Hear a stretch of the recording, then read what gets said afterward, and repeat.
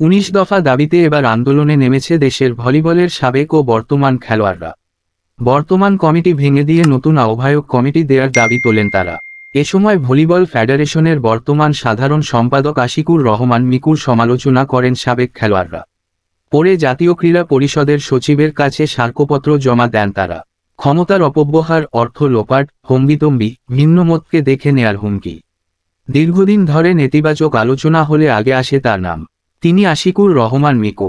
2 দশকের বেশি সময় ধরে কুক্ষিগত করে রেখেছেন বাংলাদেশ ভলিবল ফেডারেশনের সাধারণ সম্পাদকের চেয়ার। বর্ণচোরার মতো যখন যেই দল এসেছে ক্ষমতায়, হয়ে গেছেন তাদের সমর্থক, মিশে গেছেন তাদের সঙ্গে। কিন্তু এই সময় নিজের ব্যাংক অ্যাকাউন্ট ফুলে ফেঁপে উঠলেও তার অধীনে তেমন কোনো সফলতা পায়নি দেশের ভলিবল। বরং বিভিন্ন কর্মকাণ্ডের বেশ কয়েকবার হয়েছেন বিতর্কিত। এবার তার বিরুদ্ধে অনিয়মের অভিযোগ তুলেছে ভলিবলের সাবেক ও বর্তমান খেলোয়াড়রা। শহীদ নূর হোসেন জাতীয় ভলিবল স্টেডিয়ামের সামনে 19 দফা দাবিতে বিক্ষোভ করে তারা। কথা বলেন মিকুর অধীনে ফেডারেশনে বিভিন্ন অনিয়ম নিয়ে।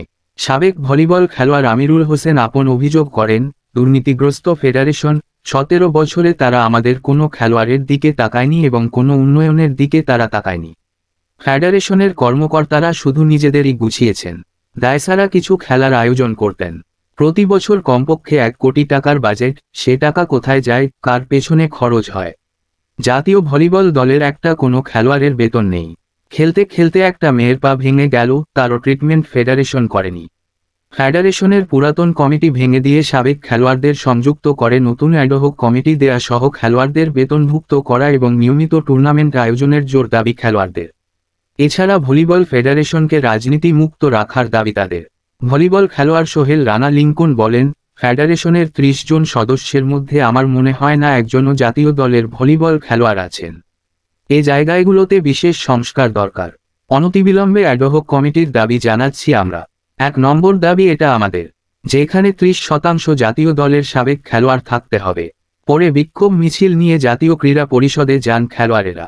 সেখানে ক্রীড়া পরিষদ সচিবের কাছে নিজেদের দাবিনামা হস্তান্তর করেন তারা। ক্রীড়া পরিষদ সচিব উপস্থিত না থাকায় তা গ্রহণ করেন ক্রীড়া পরিষদের এক কর্মকর্তা।